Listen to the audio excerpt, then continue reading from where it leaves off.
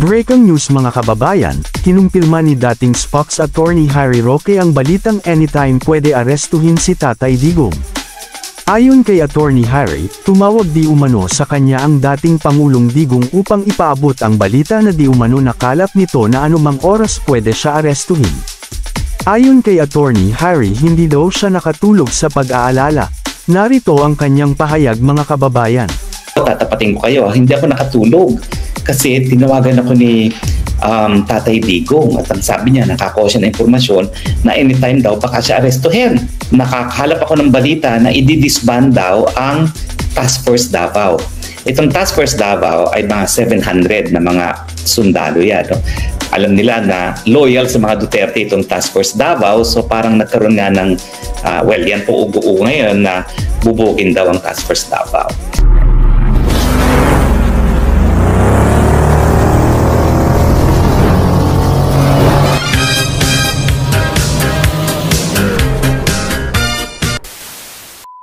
Tatapatin ko kayo, hindi ako nakatulog kasi tinawagan ako ni Tatay Digong at ang sabi niya, nakakuha siya ng impormasyon na anytime daw baka siya arestuhin. Naku, ang instinct ko tumakbo sa Davao, sabi ko naman ano man magagawa ko kung ako'y tatakbo doon, pero hindi talaga ako nakatulog. Now, syempre nag-amoy-amoy ako kung ano nangyari sa Davao. Abay, parang may katotohanan ng sinasabi niya dahil nakakalap ako ng balita na i-disband daw ang Task Force Davao. Itong Task Force Davao ay mga 700 na mga sundalo yan. No? At sila ay binuo para protektahan nga ang Davao sa banta ng terorismo.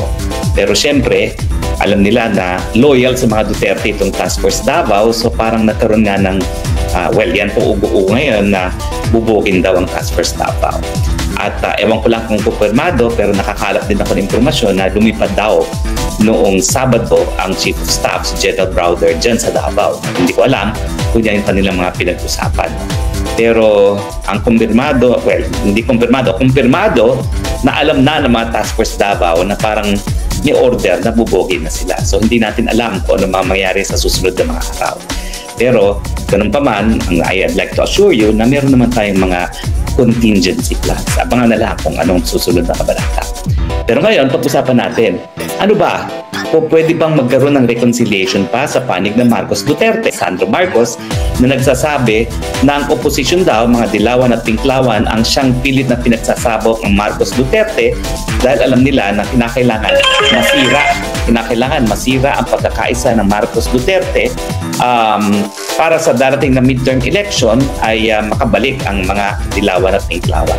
Well, posible po yan na talagang, siyempre, matutuwa ang pinklawan at saka dilawan kung tuluyang mabibiyak ang Marcos Duterte.